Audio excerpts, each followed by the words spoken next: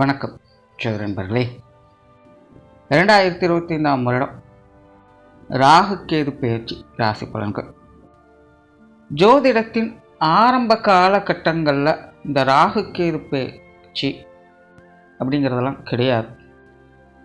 காரணம், ஜோதிடத்தினுடைய ஆரம்ப காலகட்டங்களில் இந்த ராகு கேது அப்படிங்கிற கிரகங்களே கிடையாது. சூரியன் முதல் சனி வரைக்கும் 7 கிரகங்கள் தான் இருக்கும். நவ கிரகங்கள் அப்படிங்கிறது ஆரம்ப காலகட்டங்களில் இடம் பெறலாம். பிற்காலத்தில் இந்த ராகு கேதுக்கள் அப்படிங்கிறது சேர்க்கப்படுது. ஏன்னா ராகு கேது அப்படிங்கிறது உண்மையான கிரகங்கிறது கிடையாது. அது ஒரு பருப்பொருள் கிடையாது. அது வெறும் நிழல் கதிர்களாக பூமியுடைய இரு பக்கங்களில் இருந்ததுனால அதை பெருசாக எடுத்துக்கல. ஆனால் இந்த அஸ்ட்ராலஜி கால்குலேஷன்ஸ்னு வரும்பொழுது நிறைய விஷயங்கள் இந்த கதிர்களாலும் மாற்றங்கள் வர்றதை உணர ஆரம்பித்தாங்க. அதுக்கப்புறம் தான் இந்த ராகு கேதுக்களை சாயா கிரகங்கள், அதாவது நிழல் கிரகங்கள். சாயா அப்படின்னா நிழல், மாயை அப்படின்னு எடுத்துக்கலாம். ஸோ இந்த ராகு கேதுக்களை சாயா கிரகங்கள் அப்படின்னு ஜோதிடத்தில் இணைச்சாங்க.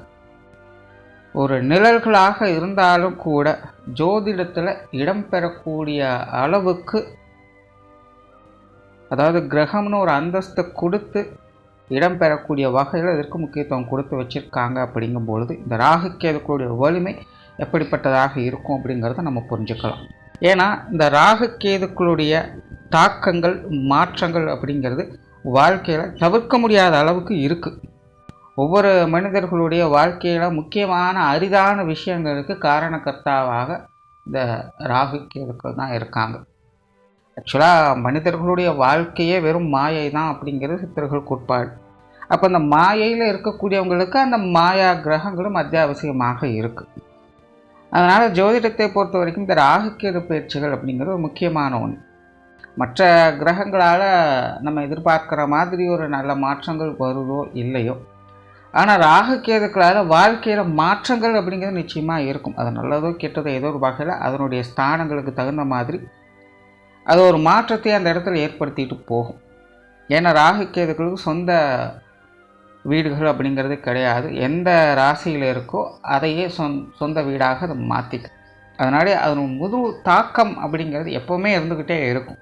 மற்ற கிரகங்கள் ஆட்சி, உச்சம், நட்பு, பகை இந்த மாதிரியான விஷயங்கள்லாம் பார்த்து தான் பலன்கள் கொடுக்கும். அப்படின்னா ராகு கேதுக்களை பொறுத்த வரைக்கும் எப்போவுமே பலன்கள் ஒரே மாதிரி தான் இருந்துக்கிட்டு இருக்கும். அதில் எந்த ஒரு மாற்றமும் கிடையாது. இருக்கிற இடத்துல என்ன கொடுக்கணுமோ அதை கொடுத்துட்டு போயிட்டே இருக்கும்.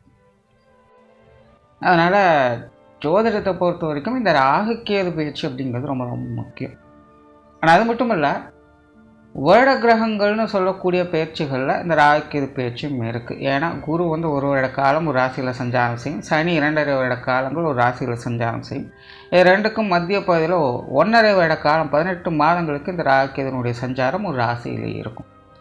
ஸோ ஒரு ராசியில் அதிக நாட்கள் இருக்கக்கூடிய கிரகங்கள் அதனுடைய தாக்கத்தை அதிக நாட்களுக்கு ஏற்படுத்தும்.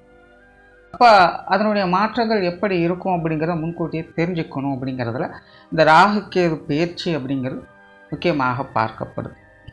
ஆனால் இந்த 2025ஆம் வருடத்தை பொறுத்த வரைக்கும் இந்த வருட கிரகங்களுடைய பயிற்சிகள் அனைத்துமே இருக்குது. குரு பயிற்சியும் இருக்குது, சனி பயிற்சியும் இருக்குது, ராகு கேது பயிற்சியும் இருக்குது. ஸோ இந்த 2025ஆம் வருடம் கண்டிப்பாக அனைவரோட வாழ்க்கையும் ஒரு மறக்க முடியாத நிகழ்வுகள் அப்படின்னு கண்டிப்பாக இருக்கும். அது நல்லதோ கெட்டதோ அவங்களுடைய ஜாதகப்படி இருக்கும். ஆனால் ஆல்ரெடி இந்த 2025ஆம் வருடம் எப்படி இருக்கும் அப்படிங்கிறதையும் வீடியோ போட்டிருந்தோம். ஆக்சுவலாக அது சொன்ன மாதிரி தான் நிறைய விஷயங்கள் இப்போதைய நடப்பில் நடந்துக்கிட்டு இருக்குது. அது பார்க்காதவங்க வேணால் செக் பண்ணி பாருங்கள். உலகச் சூழல்கள் எப்படி இருக்கும், மனிதர்களோட வாழ்க்கை நிலை எப்படி இருக்கும் அப்படிங்கிறதெல்லாம் கிளியராகவே சொல்லியிருந்தேன். பார்க்காதவங்க ஒரு தடவை வேணால் செக் பண்ணி பாருங்கள், சேனல் பேஜில் இருக்கும். ஸோ இங்கே இந்த ராகு கேதுக்கள் ராசி ரீதியாக என்ன மாதிரியான மாற்றங்களை கொண்டு வருது அப்படிங்கிறத பற்றி தான் பார்க்க போகிறோம். அந்த வகையில் உங்கள் ராசிக்கு என்ன பலன்கள் இருக்கும் அப்படிங்கிறத பற்றி தான் இந்த வீடியோவில் பார்க்க போகிறோம். கன்னி ராசி. கன்னி ராசிக்கு இது வரைக்கும் ஜென்மத்தில் கேதுவும் 7ஆம் இடத்துல ராகுவும் சஞ்சரித்து வந்தது. இனி உங்களுடைய ராசிக்கு 6ஆம் இடத்துக்கு ராகுவும் 12ஆம் இடத்துல கேது அடுத்த 18 மாதங்களுக்கு சஞ்சாரம் செய்துட்டு வரும். பொதுவாக இந்த ராகு கேதுவை பொறுத்த வரைக்கும் கன்னி ராசிக்காரர்களுக்கு எதுவும் செய்யாது அப்படின்னு சொல்லலாம். அதாவது எதுவும் செய்யாதுன்னா எதுவுமே செய்யாது, எல்லாம் கிணத்துல போட்ட கல் மாதிரி சும்மா கிடக்கும். அதாவது நம்ம ஒரு இடத்துக்கு வேகமாக போகணும் அப்படின்னு நினைக்கிறோம், ஆனால் திடீர்னு குறுக்க ஒரு ஆள் வந்து நின்றுக்கிறாங்க, ரொம்ப நேரமாக நிற்கிறாங்க, கொஞ்சம் நேரம் பொறுத்து பார்க்குறோம், ஒன்றும் தகுந்த பாடு இல்லை. ஒரு கட்டத்துக்கு மேலே ரொம்ப டென்ஷன் ஆகிடும். ஒன்று அந்த பக்கம் போ, இல்லை இந்த பக்கம் போ, ஏன் இப்படி நடுவுலேயே இருந்து போக வழிவிடாமல் இம்சை பண்ணிகிட்ருக்கீங்க அப்படின்னு நம்மளை அறியாமலே கேட்க தோணும். ஸோ கிட்டத்தட்ட கன்னி ராசிக்காரங்களுக்கு இந்த ராகு கேதுகள் அப்படிப்பட்ட ஒரு விஷயத்தை தான் செய்யும். ஒன்று நல்லதை செய்யும், இல்லையா கெட்டதையாவது செஞ்சுட்டு போ, ஏன் ஒன்றுமே பண்ணாமல் சும்மாவே கிடக்குறீங்க அப்படிங்கிற மாதிரி கன்னி ராசிக்காரங்களுக்கு அவங்களுடைய பொறுமையை சோதிச்சோம். ஸோ அப்படி தான் இந்த ராகு கேது இப்போ அவங்களுடைய ராசியிலேயே இருக்கிறதுனால கடந்த ஒரு 1.5 வருட காலங்களாக அவங்களுடைய நிலைமை எல்லாம் நடக்குதுங்க, ஆனால் ஒன்றும் பிரயோஜனம் இல்லைங்கன்னு சலிச்சுக்கிட்டே இருக்கிறாங்க. சிலருக்கெல்லாம் ஆசைப்பட்டது கூட கிடைச்சிருக்கும், ரொம்ப நாளாக ட்ரை பண்ணிகிட்டு இருப்பாங்க, இப்படி ஒன்று விஷயத்த செஞ்சிடலாம், இல்லை இப்படி ஒரு விஷயம் நமக்கு கிடைக்காதா அப்படின்னாலாம் ஏங்கிட்டெல்லாம் இருப்பாங்க. அந்த மாதிரியான நிலைகள்லாம் ஏற்பட்டு இருக்கும். ஆனாலும் மனசில் திருப்தியே இருக்காது. இன்னும் வாழ்க்கை இது எல்லாம் இருக்குது, ஆனாலும் என்னால் ஒன்றும் பண்ண முடியல, இது இப்படியே தான் இருக்குது, இதுக்கு மேலே என்ன, ஒன்றும் புரியாது, குழப்பிக்கிட்டே இருக்க வேண்டியதுதான். ஒரு வீடு கட்டணும்னு நினைக்கிறாங்க, வீடு கட்டவும் ஆரம்பிச்சிட்டாங்க, இடம் வாங்கியாச்சு, வீடு கட்டவும் ஆரம்பித்தாச்சு, ஆனால் திருப்தியாக இருக்கா? நம்ம நினச்சது தான் நடந்துக்கிட்டு இருக்குது, ஆனால் நம்ம திருப்தியாக இருக்கோமா, நிம்மதியாக இருக்குமா? கிடையாது. இது என்னமோ வாக்கில் போய்கிட்டு இருக்கு, அவ்வளோதான். படிக்கணும்னு ஆசைப்பட்றோம், ஒரு நல்ல வேலை செய்யணும்னு ஆசைப்பட்றோம், எல்லாம் நடந்துக்கிட்டு தான் இருக்குது, ஆனாலும் மனசில் ஏதோ ஒன்று குறையுது, எதையும் ஏற்றுக்க மாட்டேங்குது, திருப்தியே இல்லைங்க. என்ன பண்ணாலும் மனசு எதுலேயுமே ஒட்ட மாட்டேங்குது, மனசு சும்மா கையமையன்னு கத்திக்கிட்டே தான் இருக்குது, தூங்குறது கூட நிம்மதியாக தூங்க விட மாட்டேங்குது அப்படின்னு புலம்பக்கூடிய நிலையை தான் கன்னிராசிக்காரங்க இது வரைக்கும் பார்த்துக்கிட்டு வருவாங்க. நல்லது நடக்குது, கெட்ட நடக்குது ரெண்டாவது விஷயம். ஏன்னா மற்ற கிரகங்களுடைய அமைப்பு கொஞ்சம் நல்லபடியாக இருந்தது, அதனால் ஏதோ ஒரு சில விஷயங்களால் நல்லபடியாக பார்த்துட்டு வந்திருப்பாங்க. அவங்களுடைய வாழ்க்கை, அதாவது அவங்களுடைய வயது நிலைக்கப்போ அவங்களுடைய தேவைகள் பூர்த்தி ஆகிட்டு தான் இருக்கும். ஆனால் தனிப்பட்ட முறையில் கன்னி ராசிக்காரங்களுடைய மனதை போட்டு பிசைஞ்சு எடுத்திருக்கும்.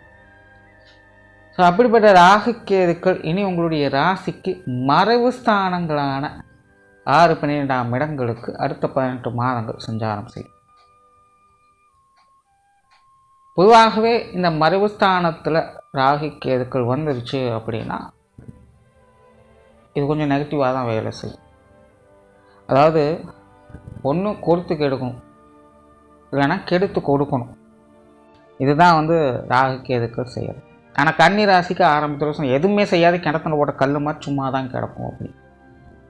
பட் 6ஆம் இடம் 12ஆம் இடம் அப்படிங்கிறது கொஞ்சம் நெகட்டிவாக வேலை செய்யக்கூடிய விஷயங்கள். ஆக இது கன்னி ராசிக்கு பார்த்தீங்கன்னா நல்லதை செய்யுமா கெட்டதை செய்யுமானா எதையுமே சரியாக யூகிக்கவே முடியாது. அதாவது இது வரைக்கும் ஒரு நல்ல விஷயம் நடந்தது, இல்லை கெட்ட விஷயம் நடந்தது, பட் அதுக்கான ரியாக்ஷன் உங்கள்கிட்ட பார்க்க முடியாது. ஆனால் இந்த முறை பார்த்திங்கன்னா உங்கள்கிட்ட ரியாக்ஷன் இருக்கும், ஆனால் நடந்தது நல்லதா கெட்டதான்னு உங்களுக்கே புரியாது. இப்படி நடக்கிறதால லாபத்தில் நஷ்டமா இல்லை நஷ்டத்தில் லாபமா அப்படிங்கிறதே புரிஞ்சுக்க முடியாது. ஆனால் நீங்கள் வந்து இனி ரியாக்ட் பண்ண ஆரம்பிச்சிடுவீங்க. உங்களுக்கு அந்த உணர்ச்சியற்ற நிலை, மறத்து போன நிலை அப்படிங்கிறதெல்லாம் போயிடும். இன்னும் நீங்கள் தெளிவாக யோசிக்க ஆரம்பிக்கலாம். மனசில் ஒரு புது எண்ணங்கள், உத்வேகங்கள் எல்லாமே உருவெடுக்க ஆரம்பிக்கும். கன்னி ராசிக்காரங்க கொஞ்சம் பிரிஸ்காகவே இருப்பாங்க, அதில் எந்த பிரச்சனையும் இல்லை, நினச்சதை செய்யலாம். ஆனால் நடக்கிற விஷயங்களை காரியங்கள் புரிஞ்சுக்கிறது கஷ்டம். நான் ஒரு காரியத்தை செய்கிறேன், அதன் மூலமாக ஒரு ரிசல்ட்டு வருது, அந்த ரிசல்ட்டால் எனக்கு பிரயோஜனமாக இல்லையா அப்படிங்கிறது புரிஞ்சுக்க முடியாது, கஷ்டமாக இருக்கும். ஸோ மறைவு ஸ்தானங்கள் இந்த ராகு கேது வரும்போது பொதுவாக ஒரு பிரச்சனைகள் இருக்குது. ஒன்று, காசு பண்ண விஷயங்களில் கவனமாக இருக்கணும். கையில் இருக்க காசு ஏதாவது ஒரு வகையில் கரைஞ்சிக்கிட்டே தான் இருக்கும். 10 ரூபா சம்பாதிச்சோம்னா 20 ரூபா செலவாகத்தான் செய்யும். அதனால் இந்த வரவு செலவு விஷயங்கள், கணக்கு வழக்குகள் சார்ந்த விஷயங்கள், கொடுக்கல் வாங்குற விஷயங்கள் எல்லாத்தையும் கவனமாக இருங்க. குறிப்பாக இந்த முதலீடு சம்பந்தப்பட்ட விஷயங்களில் கூடுதல் கவனம் என்பது தேவை. நிறைய பேர் பார்த்தீங்கன்னா இந்த காலகட்டங்களில் தான் 1க்கு 2 பணம் கிடைக்குது, இவங்க சொன்னாங்க, அவங்க சொன்னாங்க, அவங்க செஞ்சுருக்காங்க, இவங்க செஞ்சுருக்காங்க அப்படின்னு ஏதாவது ஒரு விஷயத்தில் வந்து காசு பணத்தை போட்டுடுவாங்க.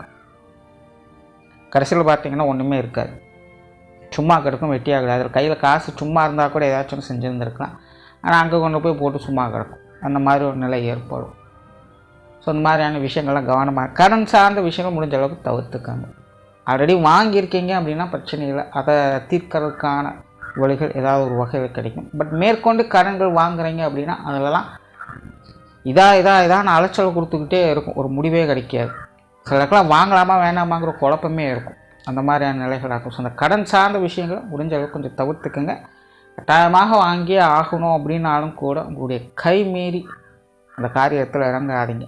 நாளைக்கு செட்டில் பண்ண முடியும் அப்படிங்கிற ஒரு பேக்கப் இருந்தால் மட்டும் நீங்கள் அதை செயல்படுங்க. இல்லை நாளைக்கு ஏதோ ஒன்று பண்ணி பார்த்துக்கலாம் அப்படின்னாலும் நீங்கள் செஞ்சீங்கன்னா அப்படின்னா அது கொஞ்சம் கஷ்டத்தை ஏற்படுத்தும். ஸோ அதனால் அதெல்லாம் கொஞ்சம் கவனமாக இருங்க.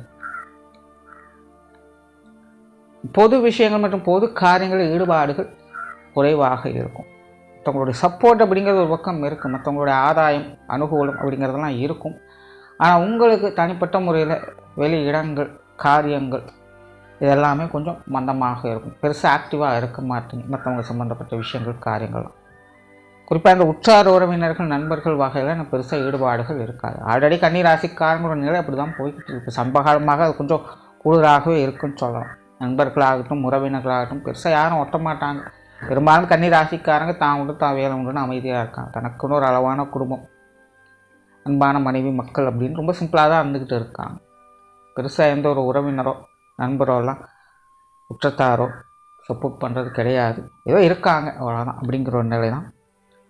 ஸோ இந்த ஆதிக்கேது பயிற்சிக்கு அப்புறம் பார்த்தீங்கன்னா இந்த உற்றார் உறவினர், நண்பர்கள் சார்ந்த விஷயங்கள் பெருசாக ஒட்டாது, கொஞ்சம் பட்டும் படாமல் தான் இருக்கும். நீங்களும் அதுக்கு தகுந்த மாதிரி இருந்துக்கிறது நல்லது. ஆன்மீக விஷயங்களில் ஈடுபாடுகள் அதிகரிக்கும். அதாவது 12ஆம் இடத்துல கேது வந்துருச்சு அப்படின்னா ஜென்ரலாகவே பரதேசம் போகக்கூடிய அமைப்புகள் அப்படிங்கிறதுக்கும், பட் இன்றைக்கி பரதேசம் போகிறது அப்படிங்கிறதெல்லாம் நடக்காத ஒரு காரியம். அதாவது சும்மா காவியோடைய போட்டு ஊர் ஊராக சுற்றுறதுங்கிறது வேறு, அது பரதேசம் கிடையாது. யோகத்தில் இந்த பரதேசம் அப்படிங்கிறது ஒரு பெரிய விஷயம். பட் ஒரு காலத்தில் அது நடந்தது. பட் இன்றைக்கி அந்த நிலைக்கு போகிறது அப்படிங்கிறதெல்லாம் கொஞ்சம் கஷ்டம். பட் இருந்தாலும் இந்த 12ஆம் இடத்துல கேது வரும்போது இந்த ஆன்மீக பலம் அப்படிங்கிறது கொஞ்சம் அதிகரிக்கும். இந்த யோக சாதன அமைப்புகள்லாம் ஈடுபட்டு வருவாங்க. இந்த மாதிரியான விஷயங்கள், காரியங்களில் நன்மைகள் அப்படிங்கிறது இருக்கும். அதே போல் நிறைய புண்ணிய காரியங்களில் ஈடுபட்டு வருவாங்க. தான தர்மங்கள், மற்றவங்களுக்கு உதவி செய்யக்கூடிய அமைப்புகள் இதெல்லாமே நல்லபடியாக இருக்கும். வேலை மாற்றங்கள், தொழில் மாற்றங்கள் போன்ற விஷயங்கள்லாம் இருக்கும். குறிப்பாக நிறைய கன்னி ராசிக்காரங்களுக்கு இந்த தொழில் மாற்றம், வேலை மாற்றம் சார்ந்த விஷயங்கள் தவிர்க்க முடியாதாக இருக்கும். ஒன்று அவங்களாகவே விரும்பி சில இடமாற்றங்களை பெற்று வரலாம். இந்த கம்பெனி விட்டு இன்னொரு கம்பெனிக்கு போகலாம் அப்படின்னு அவங்க மாறலாம். இல்லைனா கம்பெனி சார்ந்த விஷயங்களே கொஞ்சம் வலுக்கட்டாயமாக அவங்கள மாற்ற வைக்கும். இவங்களுக்கு இஷ்டம் இருக்காத நான் போக வேண்டிய சூழ்நிலைகள் அப்படிங்கிறது இருக்கும். ஸோ இந்த மாதிரி சில இடமாற்றங்கள் அப்படிங்கிறது தவிர்க்க முடியாதாக கூட அமையலாம். மற்றபடி கன்னிராசிக்காரங்களுக்கு இந்த ராகுக்கேதுக்களால் பெருசாக எந்த ஒரு அஃபெக்டும் இருக்காது. ஜென்ரலாக பார்த்தீங்கன்னா கன்னிராசிக்கு இந்த ராகுக்கேது பயிற்சியானது பொருளாதார ரீதியான விஷயங்களில் கொஞ்சம் கவனமாக இருங்க. அதே போல் தேவையில்லாத பழக்க வழக்கங்கள், அது நபர்களாகவும் இருக்கலாம் அல்லது பொருள் சார்ந்த விஷயங்களாகவும் இருக்கலாம், அதையெல்லாம் முடிஞ்ச அளவுக்கு கொஞ்சம் அவாய்ட் பண்ணிக்கோங்க. மற்றபடி இந்த ராகுக்கேது பயிற்சி உங்களுக்கு சாதகமாக தான் இருக்கும். நன்றி, வணக்கம், வாழ்க வளமுடன்.